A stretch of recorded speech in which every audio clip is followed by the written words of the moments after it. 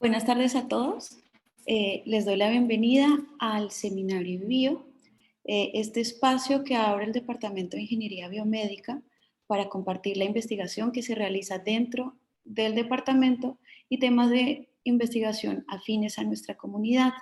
Iniciamos el año hoy con nuestra invitada Laura Bravo.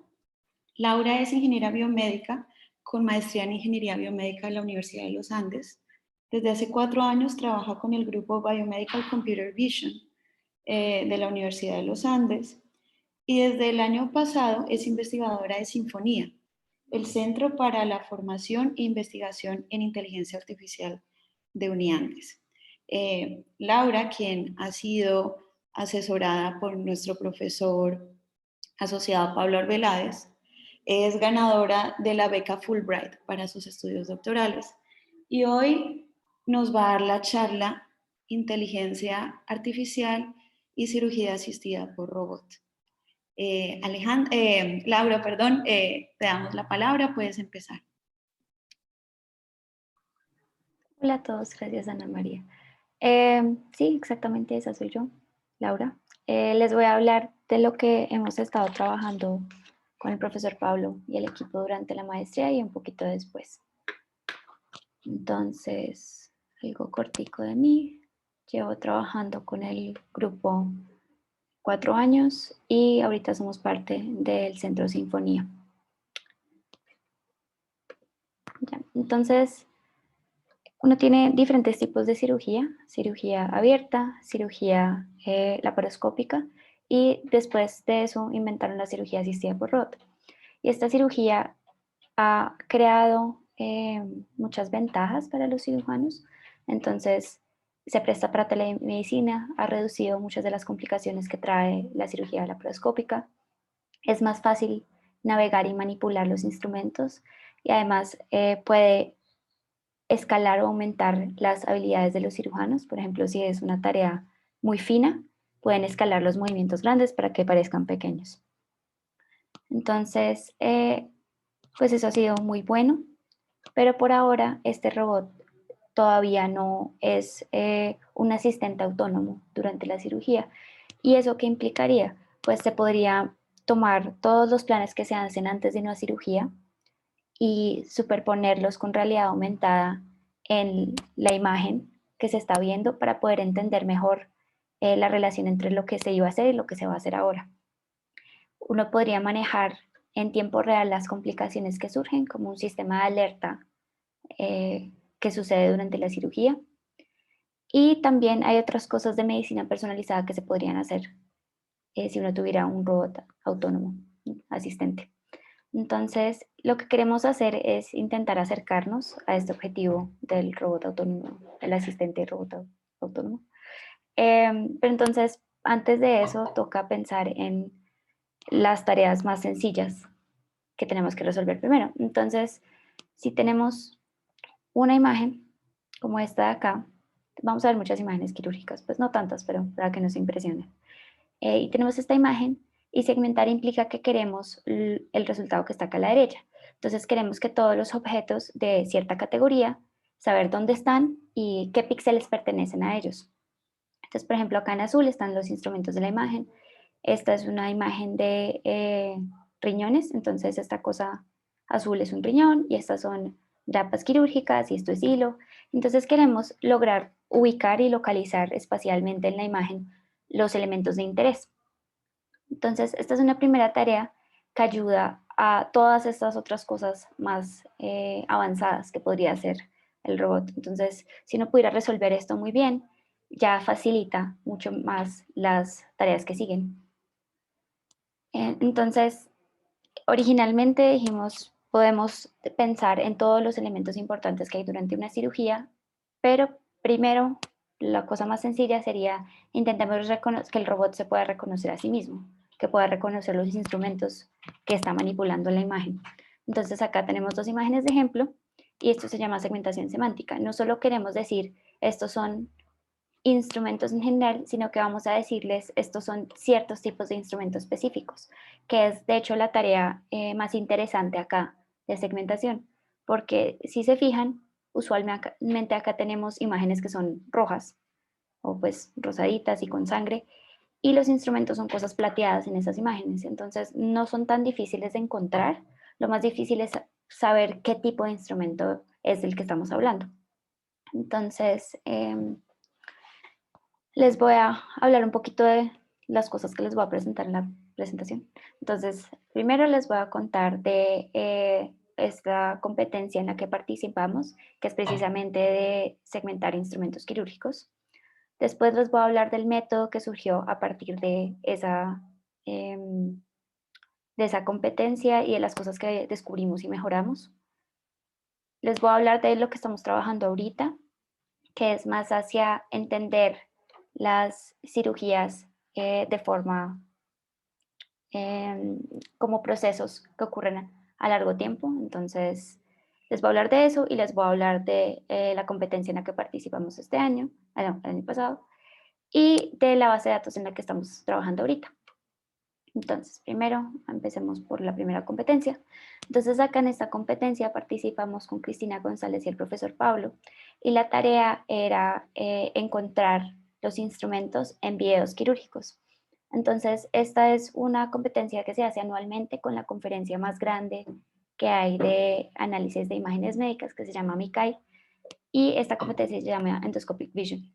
La subtarea específica es esta, Robust MIS, y nos fue bien, ganamos, participamos y nos ganamos 5 premios, 2 de primer lugar y 3 de segundo lugar. Participamos en las tareas, en todas las tareas que había disponibles, y ahí estamos nosotros contentos mostrando los diplomitas que nos dieron. ¿Qué hicimos de raro? Entonces, esto es lo que les voy a profundizar ahorita cuando hablemos del método que creamos a partir de lo que aprendimos en esta competencia. Primero, pensamos en segmentar los instrumentos partiendo de primero reconozcamos objetos y luego digamos qué son estos objetos.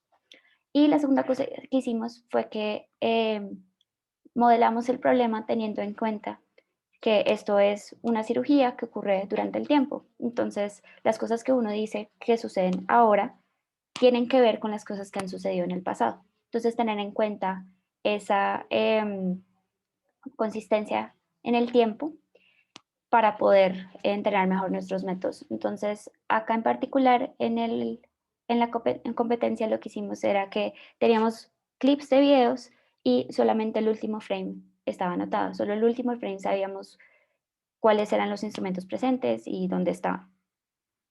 Lo que hicimos fue coger esas anotaciones y propagarlas a través del tiempo para poder aumentar los datos que teníamos anotados para nuestros métodos. Entonces, nuestro método, el mismo equipo. Este es nuestro método, se llama ICNet, an Instance-Based Approach for Surgical Instrument Segmentation. Y lo presentamos en MICAI, la conferencia que les dije, de análisis médico, este año, eso fue en octubre. Entonces la tarea otra vez, volvamos a los tipos de instrumento, dónde están y cuáles son. Y utilizamos 2 bases de datos. La primera es la del mismo challenge, EndoWIS de 2017 y EndoWIS 2018 para segmentación de instrumentos. Entonces la diferencia entre estas 2 bases de datos era sobre todo que esta tenía tipos de instrumentos y esta no. Entonces lo que hicimos fue que extendimos las anotaciones para que existiera y se pudiera trabajar esta tarea de tipos de instrumentos. Entonces, ¿a qué me refiero con segmentación basada en instancias? Entonces, primero, si tenemos esta imagen y una anotación es las cosas que esperamos que sean o que el método sea capaz de reconocer. Entonces, acá tenemos 3 instrumentos, cada uno está en un color específico dependiendo del tipo de instrumento que es. Y usualmente lo que se hace es, pues una de las aproximaciones antes de lo que nosotros hicimos era que se tomaba la predicción píxel a píxel de lo que había en la imagen. Entonces, ¿eso que implica? Que uno termina teniendo instrumentos que están fragmentados, así, o que tienen más de una etiqueta en el mismo instrumento, o cuando hay cosas muy cercanas, se terminan uniendo y uno no sabe cuál es cuál. Entonces, lo que hicimos fue, primero encontramos cuáles son los instrumentos y luego digamos qué tipos son. Entonces, encontrar objetos y luego asignar una categoría semántica a cada uno. Esto lo que le permite a uno tener es una consistencia espacial en las predicciones, en las etiquetas que uno pone de tipo de instrumento. Entonces, la segunda cosa que hicimos fue lo que les decía, de tener en cuenta que esto es un proceso que sucede en el tiempo y que las predicciones que uno hace de tipo de instrumento deberían ser consistentes a lo largo del tiempo. Entonces, por ejemplo, acá tenemos un segmento corto de 3 cuadros de video y lo que queremos es reconocer estos instrumentos amarillos. Lo que nos dimos cuenta es que uno solía tener instrumentos y como hace la predicción cuadro a cuadro, sin consistencia temporal, un instrumento que venía teniendo bien a lo largo del tiempo puede que lo tuviera mal porque en este cuadro específico era más difícil de encontrar o había otras cosas que podían confundir al método. Entonces lo que hicimos fue tener en cuenta que los videos tienen mucha información redundante. Uno sabe que, por ejemplo, si se fijan acá, el contexto de lo que está sucediendo en el fondo es el mismo. Y si uno pudiera tener en la cabeza, o pues en el método, toda esta progresión y esta información que hay a lo largo del video, uno podría corregir las etiquetas que quedarían mal hechas si uno solo mirara cuadro a cuadro lo que está sucediendo. Entonces, eso fue lo que hicimos, un método sencillo para tener en cuenta esta consistencia temporal. Y acá les traje unos resultados de cómo se compara nuestro método con otras cosas. Entonces, ¿qué estamos viendo? Acá a la izquierda es la anotación, entonces lo que queremos que encuentre el método. En el centro está el mejor método de la competencia antes de nosotros. Y esta acá a la derecha somos nosotros. Entonces, cada color corresponde a un tipo de instrumento. Y si se fijan, lo que sucedía con el método de la competencia es lo que les contaba de hacer predicciones píxel a píxel, que uno suele tener instrumentos que están fragmentados o que tienen más de una etiqueta, mientras que lo que sucede con los nuestros es que no solo tenemos instrumentos que tienen solo una etiqueta, sino que además encontramos la etiqueta adecuada. Es mucho más fácil para el modelo encontrar patrones de cuál es este tipo de instrumento si puede verlos mejor a través del tiempo, si no puede enfocarse solo en este pedacito, sino ver el instrumento en general. Entonces, acá les traje otro ejemplo. Estos son de la base de datos de 2018 que anotamos, pues que extendimos las anotaciones. Y acá sucede lo mismo. Entonces, en este instrumento se parte y solo se reconoce un pedazo, mientras que con nuestro método podemos asignar la categoría que es y lo encontramos casi todo. Acá falta un pedacito, pero en general el reconocimiento de objetos que tenemos con nuestro método es mucho mejor. Entonces, ¿qué deberíamos sacar de todo esto?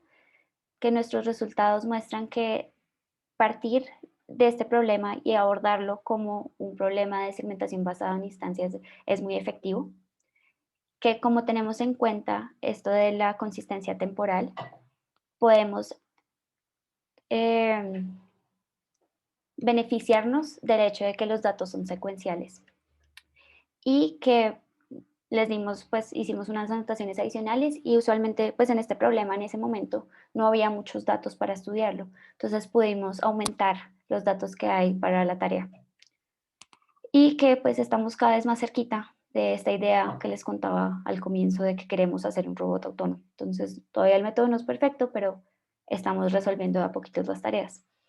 Y si les interesa, el código del proyecto lo hicimos libre, igual que las anotaciones, y pueden encontrar el código acá, en esta página.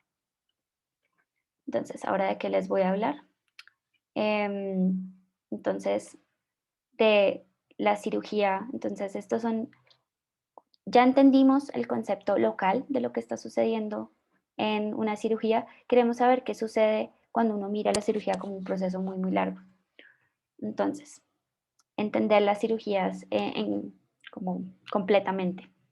Entonces, esto es el proceso largo. Si se imaginan acá que esto es un video completo de una cirugía y uno tuviera en el tiempo que va pasando, uno puede coger el video y decir, ah, listo, entonces esta es la primera fase quirúrgica. Acá es cuando preparan al paciente.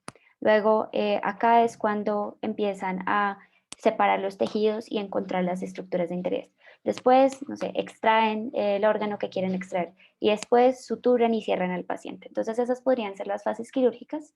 Y luego uno puede tener un nivel mucho más fino de eso, que son las fases, y decir, listo, entonces, para poder extraer el objeto, tienen que primero encontrar la estructura A, después cortar el tejido cerca de la estructura A, después asegurarse de que esta vena, pues esta arteria que siempre se termina rompiendo, asegurarla para que no se vaya a crear un sangrado, y así esos serían los pasos. Actividades más finas que nos llevan a las fases. Entonces, entender la cirugía como un proceso es muy interesante porque en este contexto en particular se presta para que uno haga ambas cosas, las cosas que son a corto plazo y a largo plazo.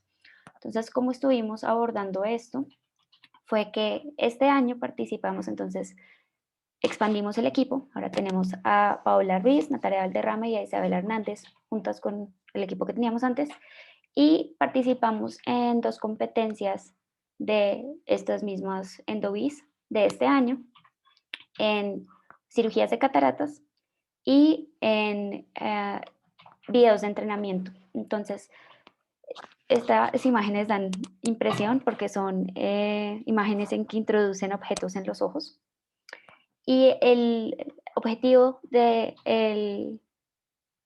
la competencia era el mismo. Entonces, no hacer a múltiples niveles, fases y pasos, sino únicamente las fases quirúrgicas. Pero lo interesante de estos videos es que acá esto no se puede hacer asistido por robot porque hay muchos tipos de cosas distintas que tienen que suceder.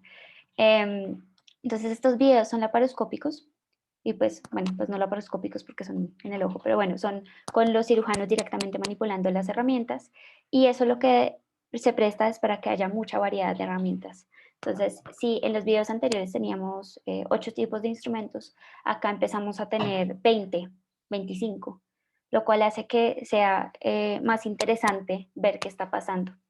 Y hay también muchas fases, entonces preparar el ojo, extraer, romper el cristalino, extraer los pedazos, todo ese tipo de cosas. Entonces, esta fue una de las competencias y la otra es esta. Entonces, en esta son videos muy distintos, pero la idea es la misma. Entonces, acá tenemos videos que son de entrenamiento. Hay ciertos como laboratorios donde los cirujanos manejan instrumentos y aprenden a mejorar las habilidades que tienen. Entonces tenemos ese tipo de videos y estos teníamos acceso a los 2 ojos, digamos, porque eran microscopios. Y cuando uno tiene ese tipo de cosas, se presta para que las anotaciones de la tarea sean, o los objetivos que tenían acá en esta competencia, fueran mucho más ambiciosos en términos de que acá teníamos fases, pasos y acciones para cada uno de los instrumentos. Y uno tenía que predecir eso que estaba sucediendo en cada momento de la imagen, en cada momento del video. Entonces, participamos en ambas. En estas nos ganamos el primer premio en la tarea de reconocimiento de acciones. Y lo más interesante para nosotros fue que pudimos aprender cómo hacer un método que tuviera en cuenta estos procesos a largo plazo. Entonces, eso nos trae a lo que estamos trabajando ahorita, que es una base de datos. Entonces, creo que me apuré y hablé súper rápido, perdón, nos va a sobrar tiempo. Entonces, queremos hacer nuestra propia base de datos para esta tarea. ¿Por qué? Porque tenemos una idea en la cabeza de cómo podemos aprovechar, entender las cirugías como un todo. Entonces, no solo entender las cosas que suceden a largo plazo, sino también las que suceden a corto plazo. Entonces, lo que hicimos fue proponer, pues la estamos construyendo ahorita, una base de datos que mezclara todas estas tareas que se conocen como Surgical Workflow Analysis. Entonces, todas las cosas que se hacen por separado, poder tener como un ambiente, una base de datos donde uno pueda estudiar todo junto, porque precisamente estas tareas se benefician unas de otras. Uno sabe que está, imagínense, en una fase de suturar, si está justo el instrumento que sutura y hay hilo y hay aguja. Entonces, probablemente, si uno sabe que está el instrumento que sutura, está en la fase de suturar. Y si está en la fase de suturar, lo que va a buscar es el instrumento que hace suturas. Entonces, como que se retroalimenta la información, no son cosas que se deberían trabajar por separado, sino que se pueden, trabajar juntos. Entonces, a largo plazo estamos utilizando las 2 tareas de fases y pasos.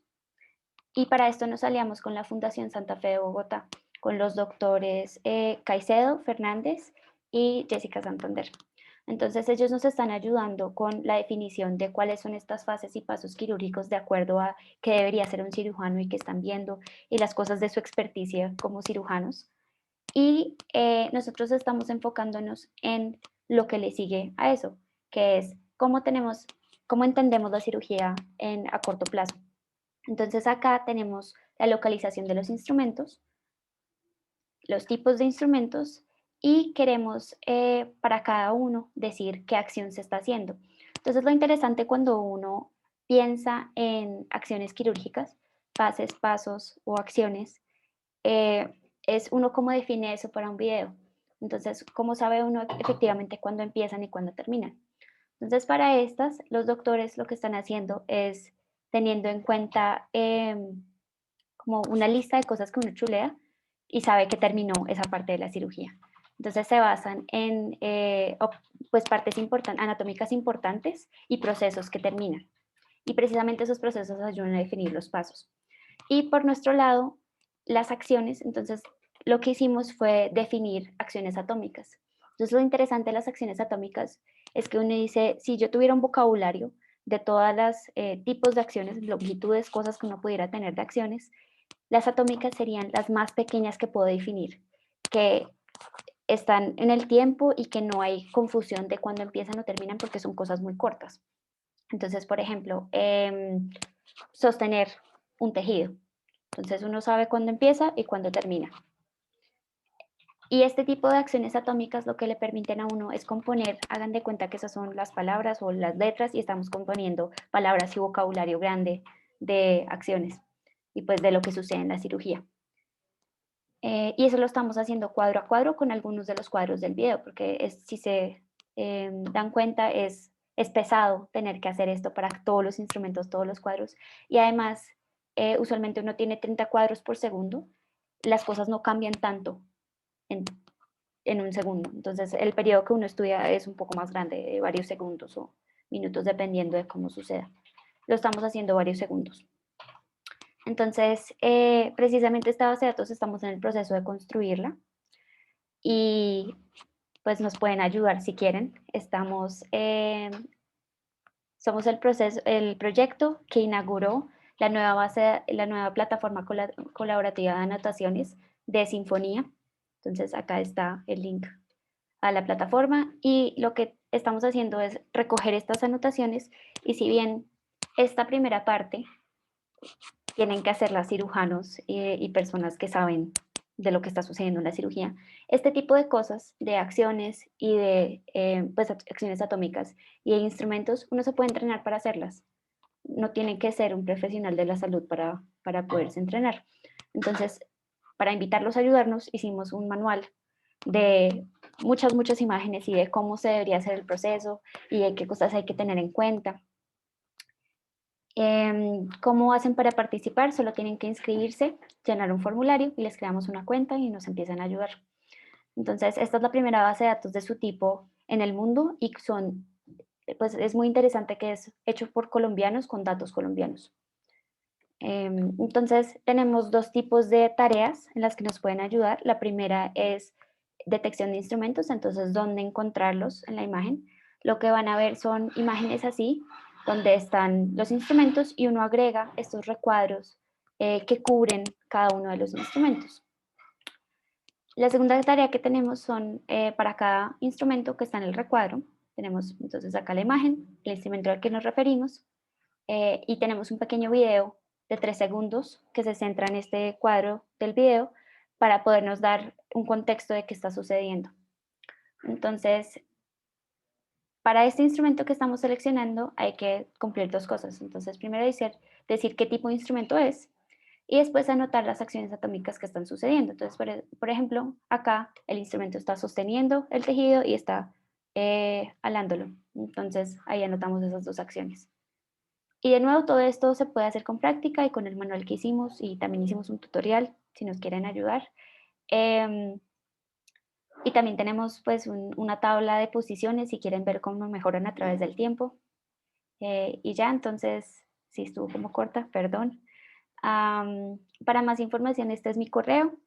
Esta es la página del proyecto en general de endoscopía virtual, visión endoscópica que tenemos. Esta es la página del grupo y esta es la página de las anotaciones. Si tenemos tiempo y quieren, les puedo mostrar cómo funciona la plataforma de anotación. Tenemos tiempo, Laurita, si quieres. ¿Tenemos tiempo? Bueno, entonces, usualmente yo lo que hago para encontrarla cuando no está guardada ya en mi computador es que me meto a la página de Sinfonía y acá justo al comiencito está este banner que nos lleva a,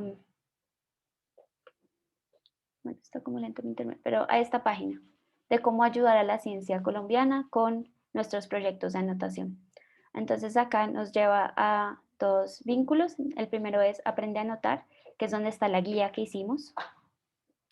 Y tenemos todo paso a paso, cómo hacemos para participar. Entonces acá está el formulario de inscripción, cómo hago para crear mi cuenta y autentificarla, cómo son las tareas, entonces, qué deberían considerarse, qué estamos viendo en la herramienta, tips de cómo hacerlo más fácil, porque a veces hay imágenes que están obstruidas o hay mucha sangre o son oscuras, entonces puede que haya unos tips nuestros de cómo se pueden hacer más fáciles, preguntas frecuentes. Entonces, esta es la guía que les ponemos y entonces, si se fijan, acá podemos ver más claro. Los instrumentos son similares, pero uno empieza a poderlos diferenciar por lo que están haciendo en la imagen. Y eso es muy chévere, uno aprende. Yo al comienzo cuando llegué a esta área, pues no sabía que había ni siquiera sabía que había diferentes tipos de cirugía o pues tantos y cómo se hacían y uno aprende lentamente pues con la práctica a reconocerlos y pues al menos a mí me parece interesante. Eso sí, les avisamos que las imágenes pueden ser un poquito gráficas, entonces si no se sienten cómodos con este tipo de imágenes, gracias por querer ayudarnos, pero entendemos que no es para todo el mundo. Y el segundo vínculo donde los lleva es acá a nuestra plataforma de anotación. Entonces me voy a meter con mi usuario y tenemos acá, por ejemplo, lo que les decía de la tarea de detección de instrumentos. Entonces acá hay algunas cajas que están hechas, pues que vienen en la imagen, que son unas predicciones, y las estoy ajustando a los instrumentos reales en la imagen. Si quisiera crear una nueva, la puedo agregar. Si quisiera eliminarla porque la creé sin culpa, la puedo eliminar y ya. Eso es todo lo que se necesita para esta tarea. Tener en cuenta que a veces como las pinzas de los instrumentos se pueden oscurecer o pues se pueden no ver tan fácil, entonces estar pendiente de seleccionarlos. Entonces, por ejemplo, yo lo que hago es que abro la imagen un poquito más grande para poderlas ver. Esta pinza acá, digamos, esta parte de arriba del instrumento acaba aquí, para no irla a mochar con la anotación que hacemos. Entonces, asegurarnos de tenerla y ya. Eso es que no haya ningún otro instrumento por ahí, no hay. Y esa es la primera tarea. La segunda tarea, entonces acá tenemos, el recuadro nos está indicando qué instrumento estamos viendo. Entonces este en particular se llama bipolar forceps. Lo podemos reconocer entonces ya les muestro exactamente por qué lo podemos reconocer. Porque tiene, entonces esta forma de las pinzas es como un triangulito. No muchos son así. Creo que les puedo mostrar acá en la guía. Entonces es el único que es un triángulo, las pinzas, pues con un triángulo con un huequito en la mitad. Y la otra cosa es que tiene esta parte amarilla, porque este instrumento en particular se puede utilizar para cauterizar y para sellar tejido y sellar vasos. Entonces lo reconocemos por esta parte amarilla. Entonces sería ese instrumento que se llama bipolar forceps y después uno puede utilizar el video para saber qué es lo que está haciendo. En este caso en particular está ahí quietico, no está haciendo más. Entonces tenemos una acción de hecho que se llama still. Y ya, le damos siguiente. Y eso es todo lo que hay que hacer.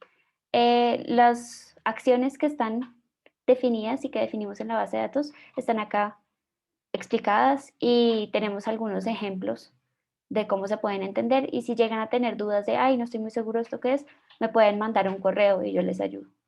Pero son acciones que uno entiende qué está pasando, entonces cerrar, sostener, agarrar, abrir algo. Y esto de acá al final son Entonces esta es como una tabla de posiciones de en total las anotaciones para cada una de las tareas y una categoría que hicimos para darles como una recompensa chiquita de si han mejorado a través de la clasificación. Entonces, las personas que nos ayuden y que, pues, que nos puedan ayudar mucho, les podemos poner los agradecimientos del artículo que estamos haciendo. Pero sobre todo es que, no sé si les pasó, pero a mí me pasó que en la cuarentena a veces hay momentos en que uno está muy quieto y no sabe muy bien qué hacer. Pues si les pasa eso, nos pueden ayudar en esos momentos. Y ya, yo creo que esas son las cosas de las que les puedo hablar y estoy abierta a preguntas si tienen preguntas. Muchas gracias, Laura. Entonces, en este momento damos espacio a nuestras preguntas. Ya tengo 3 en el chat, pero antes de leerla, veo que David prendió su cámara. Entonces, le doy el espacio a los profes que quieran hablar antes de leer las preguntas del chat. Yo prendí la cámara para saludar a Laura, para agradecerle por estar acá, para felicitarla y al grupo. Me parece fantástico. Yo tengo una pregunta que te voy a hacer ahorita, Laura, pero esto de construir comunidad y gente que venga y colabore, pues me parece chéverísimo y después podemos ver a ver cómo les damos premios eh, más allá del reconocimiento en el paper, que me encantará hablar con ustedes. Y mi pregunta, Laura, mencionaste que lo que se aspira es a tener un robot autónomo. Y Sí. con eso ¿cuál es la aspiración, Laura? ¿Es que un robot de principio a fin pudiera hacer un procedimiento sin que un humano intervenga? No, no. Entonces, una de las cosas con las que uno tiene mucho cuidado en la inteligencia artificial y meterla sobre todo en la medicina es que al menos uno de persona le costaría mucho que no haya nadie más atendiéndolo, otra persona, uno atendiéndolo. Entonces, muchas de las herramientas que desarrollamos están pensadas como un soporte, como una ayuda a los profesionales de la salud que estudian muchos años para esto. Entonces, yo creo que de aquí a que eso vaya a pasar, si es que fuera a pasar, pasaría mucho, mucho tiempo. Entonces, por ahora están pensados, es para ayudar a los doctores. Gracias. Felicitaciones. Pues ahí vamos. Y lo otro que dijiste de comunidad, sí, eso es muy cierto. Entonces, sentimos que esta es una forma en que de verdad podemos ayudar a la ciencia colombiana que lo necesita porque le han bajado el presupuesto y la gente no ha tenido tanto tiempo y todas esas cosas. Entonces, así cada quien con su granito de arena puede ayudar. Muchas gracias.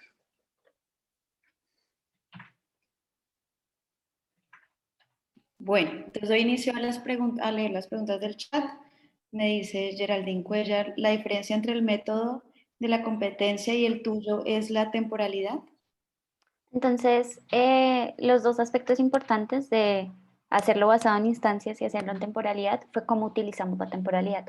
Entonces, en la competencia teníamos, la forma que utilizamos la temporalidad fue para poder usar muchos más datos. Uno tenía videos y solamente el último cuadro del video tenía anotado exactamente dónde estaban los instrumentos. Y lo que hicimos con la temporalidad fue poder propagar esas anotaciones a través del tiempo para tener más datos. Eso fue lo que hicimos en la competencia. Mientras que en el método ya vinimos a aprovechar esa temporalidad no solo para tener los datos, sino sobre todo para poder mejorar y refinar las predicciones que hacíamos. Ok, ¿por qué segmenta por medio de recuadros? ¿Por qué no pedirle al usuario que él mismo rodee la figura de manera más precisa? Sí, entonces uno lo que quisiera tener es segmentaciones. Entonces las segmentaciones son muy bonitas y nos dicen exactamente dónde están todas las partes del instrumento que a uno le interesan, pero son anotaciones mucho más dispendiosas de tener. Entonces estamos partiendo inicialmente de localizar los instrumentos con recuadros y después, si mucha gente se nos une y logramos hacerlo, idealmente quisiéramos tener segmentaciones, que sería pues píxel a píxel dónde está ese objeto.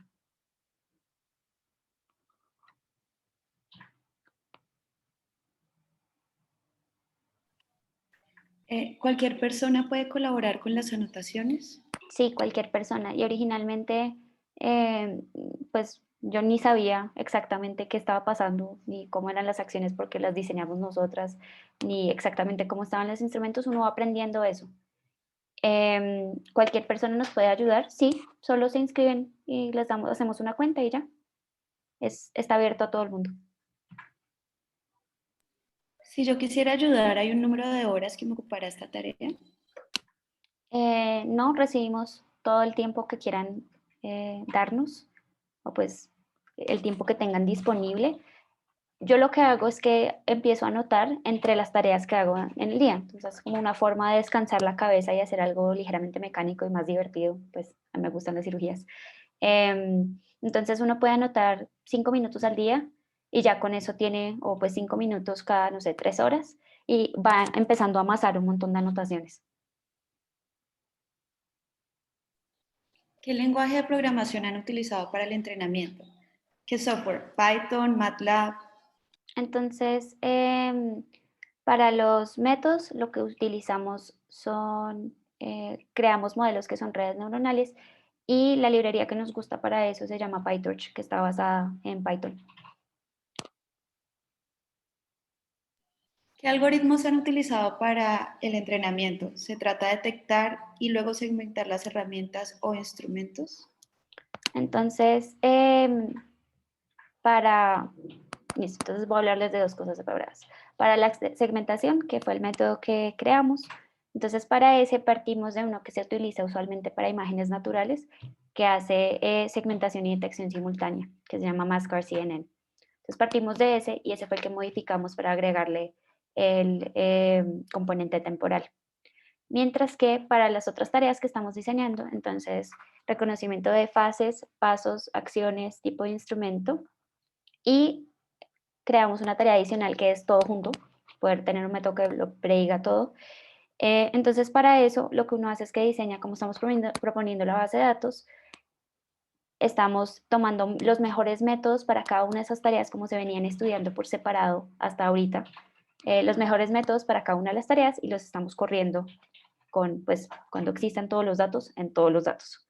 Y a su vez estamos diseñando nuestro propio método para hacer cada una de las tareas y todo en conjunto, que es basado en un método del estado del arte de reconocimiento en video que se llama SoFast Network. ¿Cómo se logra distinguir los instrumentos quirúrgicos de similar tamaño y apariencia? Entonces, eso es una cosa interesante de la que no les hablé acá, y es que un aspecto importante para poder diferenciar los instrumentos es que si bien se parecen mucho y que el tamaño cambia porque a veces la imagen está más cerca o más lejos en la imagen y el instrumento, la función que cumplen suele ser la misma. Entonces, cuando uno piensa en los instrumentos como objetos que cumplen funciones, es mucho más fácil diferenciarlos. Entonces, si quieren, les puedo poner un ejemplo. Em, Acá. Entonces, en estos instrumentos que tenemos aquí. Este de acá es un poco diferente a los demás porque tiene un mango gris fijo y no plateado.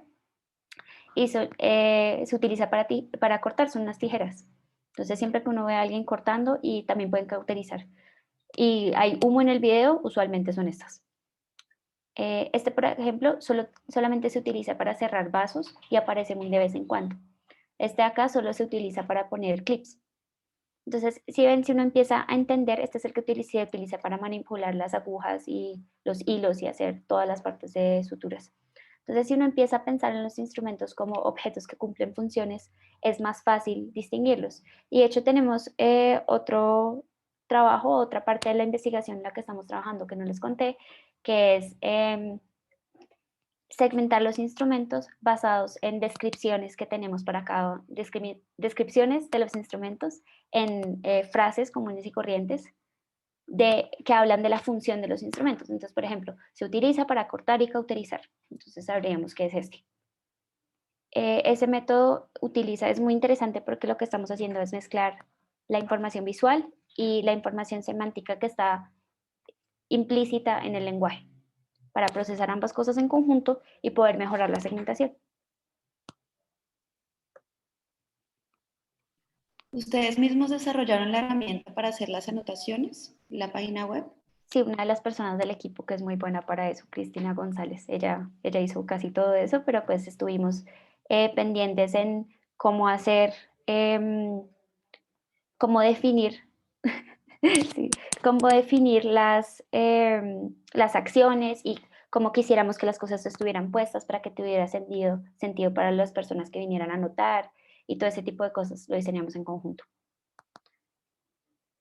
¿Cuánto tiempo lleva el desarrollo de este proyecto?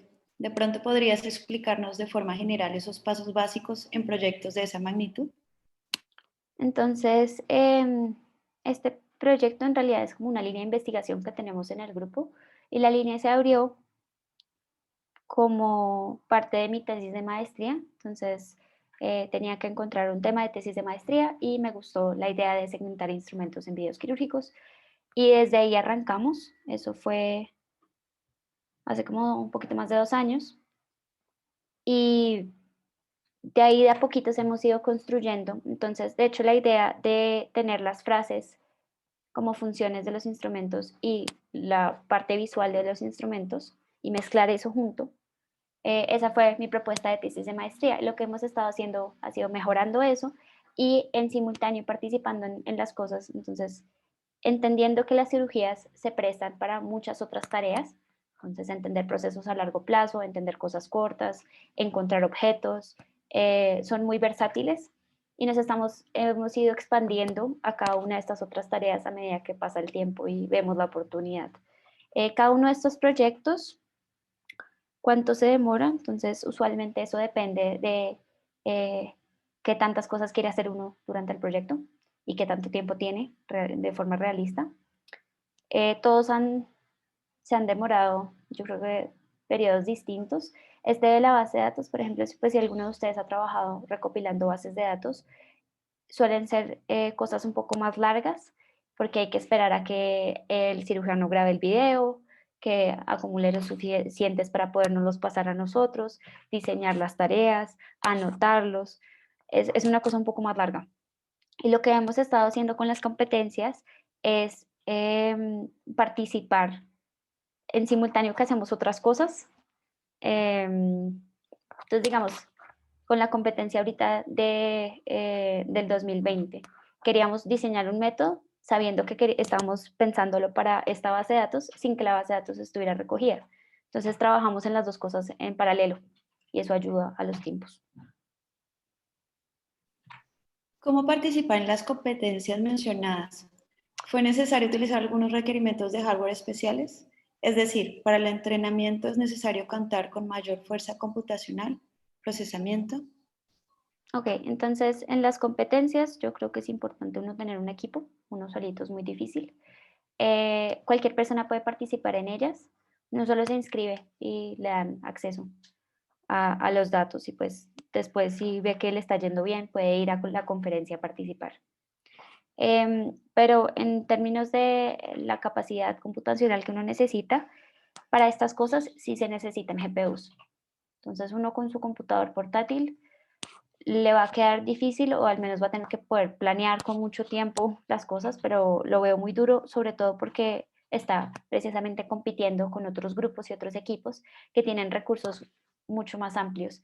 Entonces, por ejemplo, en la primera competencia en la que participamos, en ese momento teníamos una sola GPU y estuvimos compitiendo con grupos que tenían 10, 20, 50 a su disposición. Entonces fue parte de nosotros, pues de nuestra parte vino que nos organizamos muy bien y definimos un marco experimental muy fuerte y teníamos esa GPU trabajando todo el tiempo, pero yo creo que hay un mínimo de recursos. Uno con su computador portátil no lo veo tan claro.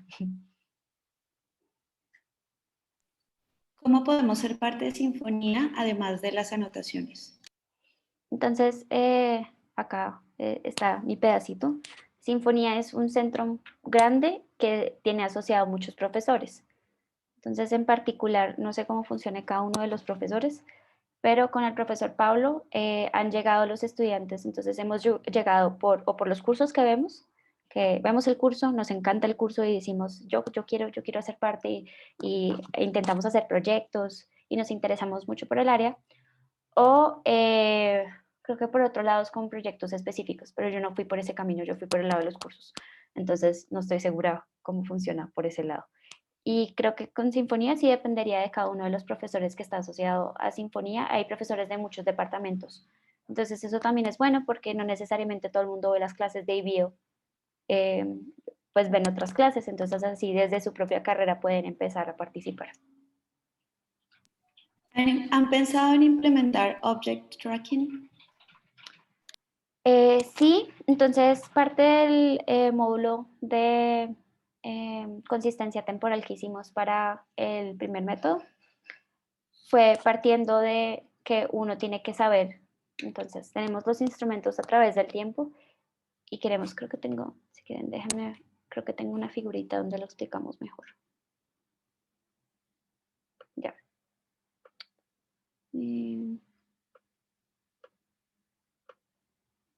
Listo. Entonces acá, lo que uno quiere hacer es decir, entonces estos son diferentes instrumentos a lo largo del tiempo, o en realidad es el mismo, que lo estamos viendo moverse. Entonces primero, lo que hacemos es que movemos todos los instrumentos que tenemos a un mismo como tiempo. Entonces, si este es el tiempo t, bueno, entonces t más 1, t, bueno, todos los movemos al mismo tiempo para que ahí, en ese punto, si podemos superponer todos los ejemplos de objeto, podemos decir, listo, usualmente el periodo en que estamos analizando es tan cortico, o pues nos están moviendo tanto las cosas, que seguramente el instrumento va a estar, todos los ejemplos que se mueven en el tiempo van a estar superpuestos ahí cerquita. Entonces, lo que hacemos es decir, si están ahí todos cerquita, debe ser que ese es el mismo instrumento. Y después lo que hacemos es decir, listo, una vez identificamos que estos todos pertenecen a ejemplos del mismo instrumento, y estos, por ejemplo, este y este al otro instrumento, podemos decir, listo, ¿qué forma tenemos para asignarle una clase al instrumento? Pues simplemente decimos,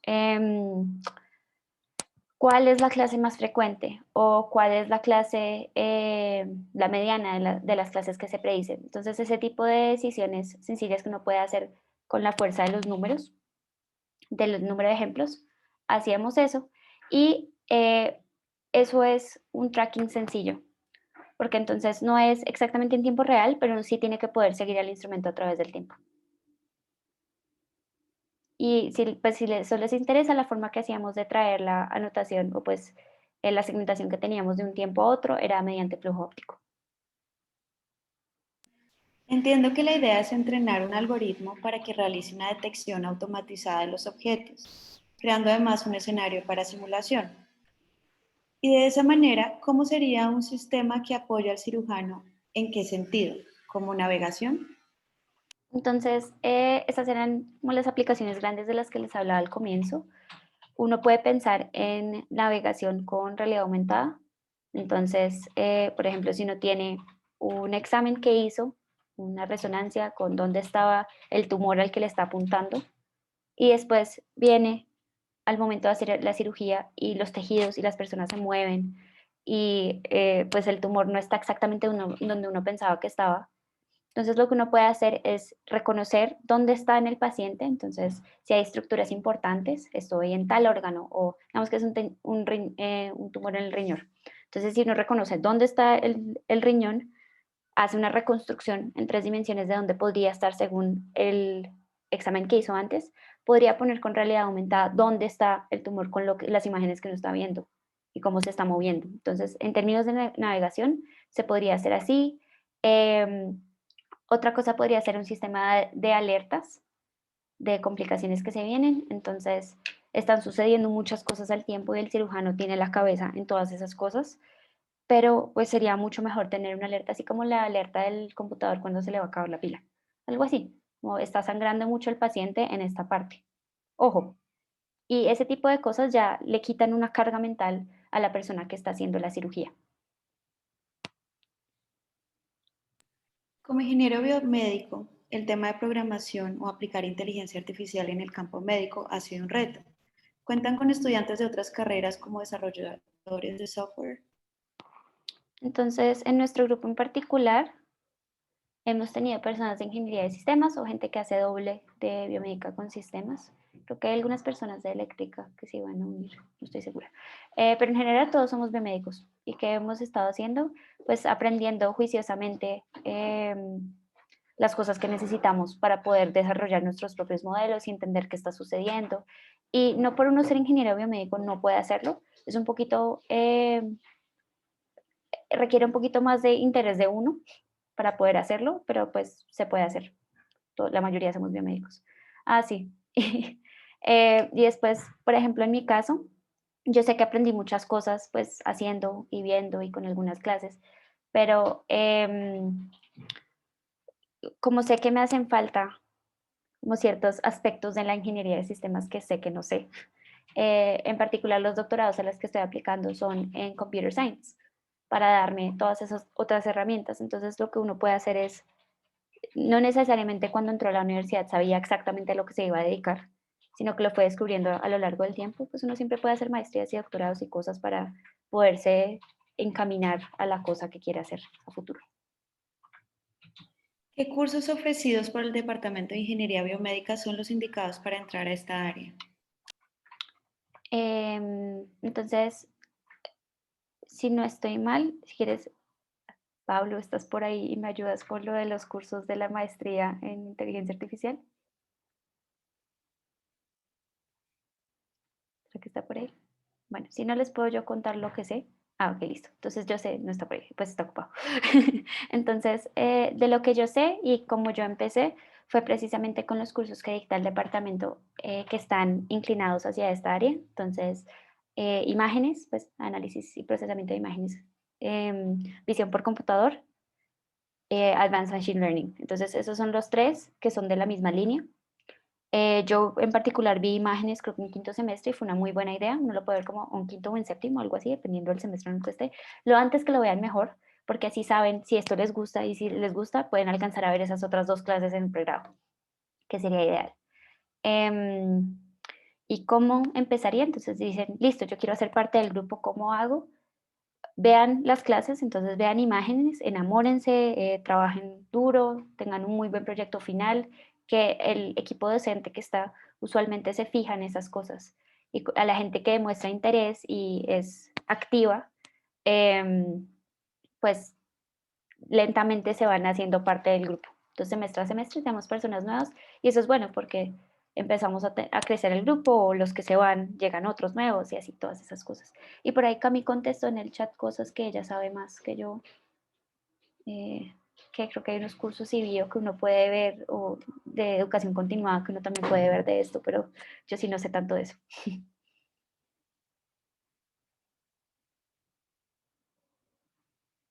No sé, Dianita, si tú quieres complementar esta respuesta, si estás por ahí. Sí, Ana, aquí estoy. Pues el curso inicial para empezar por todo esto sería programación científica. Es verdad. Después, como lo mencionó Laura, está imágenes y están las selectivas que dicta Pablo, que son visión por computador y Advanced Machine Learning, tal cual como les dijo Laura. Y creo que lo que me estaba explicando Cami, de las cosas que no sé, es que además de cursos y video, hay cursos que son certificados por Sinfonía de otras carreras que uno podría ver como electivas de ingeniería u otras cosas para empezar a trabajar en esto mismo. Y están ahí en la página de Sinfonía, en la parte de excelencia académica. Además de las técnicas basadas en inteligencia artificial, ¿pensaron en un método basado en procesamiento clásico de imágenes, tipo superpíxeles? Sí, pero entonces si uno piensa en los superpíxeles, sucedería algo similar a lo que pasa de uno intentar predecir. Bueno, ok, entonces hay dos formas de pensarlos. O si tus superpíxeles son muy pequeños, o pues del tamaño de un superpíxel usualmente, tendrías predicciones tipo las que se veían antes, en que están fragmentadas y tienes más de una etiqueta, porque estás haciendo las cosas de forma independiente. Si tu superpíxel es tu objeto, pues es exactamente lo que estamos haciendo. Te dice Andrés Gamboa, el proyecto es genial y necesario. ¿Existe un entorno de desarrollo específico en el que se esté desarrollando? Por ejemplo, ¿existen plataformas de cirugía basada en imagen o robótica como 3D Slicer, SliceRite, basado en Python y muchas otras en relación a estos temas, que son comunidades mundiales? ¿Está ese contexto, este proyecto, o es un tema más de desarrollo en una comunidad pequeña? Entonces, la comunidad que trabaja en esto no es que sea la más grande de todas, pero está en muchos laboratorios del mundo. Entonces, en Alemania hay uno muy fuerte en el de KFZ, en Estados Unidos, en Computer Science de Johns Hopkins trabajan mucho en eso. Entonces, es más que todo, y también hay muchas alianzas, sobre todo con la industria, de la gente que diseña estos robots, para que todo se pueda acoplar y tenga sentido hacerse junto. Entonces la comunidad no es que sea tan grande, pero existe y está creciendo. Te pregunta Alberto Ceballos por el chat. Súper tu exposición, Laura. Yo tengo una pregunta. Entiendo que integraron la parte temporal como módulo en la CNN. ¿Qué ventaja supone eso respecto a lo que se hace en otros métodos? Por ejemplo, usar modelos de Markov para manejar las relaciones temporales al usar las predicciones del modelo de CNN como estados. Ok, entonces cuando creamos este método, no había muchos otros que estuvieran mirando a través del tiempo lo que sucedía. Em, la forma en la que lo hicimos se puede acoplar a cualquier método que uno tenga que prediga instancias y tipos de objetos. Em, hay otras cosas que uno podría hacer, sí. Terminamos haciendo esto porque se ajustaba mucho mejor al problema. Bueno, en este momento hemos terminado las preguntas del chat. Te están agradeciendo, te están felicitando también. No sé si algún profe quiera decir algo más. Bueno, entonces damos por... Alguno nos prendió el audio, pero no sé quién fue. Fui yo, no solo quería felicitar a Laura Hola, Mario. por tu gran trabajo que he podido seguir desde hace un tiempito. Entonces, felicitaciones. Gracias, Mario.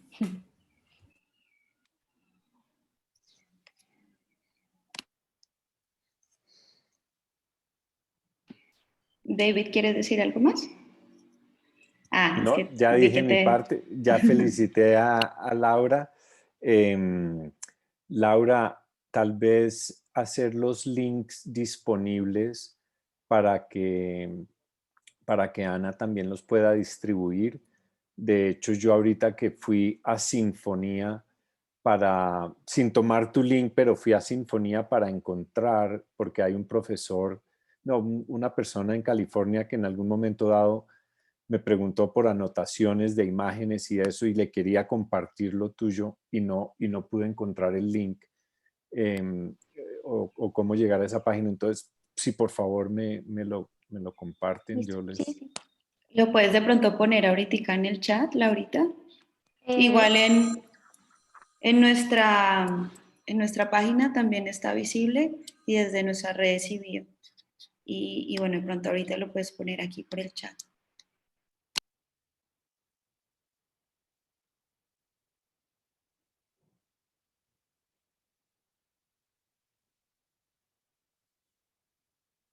listo, entonces por el chat. Ya. Ese es el link de la página del proyecto. Por si acaso, este es mi correo y yo estoy pendiente de cualquier cosa que me envíen. Y este es el link a la plataforma de anotaciones.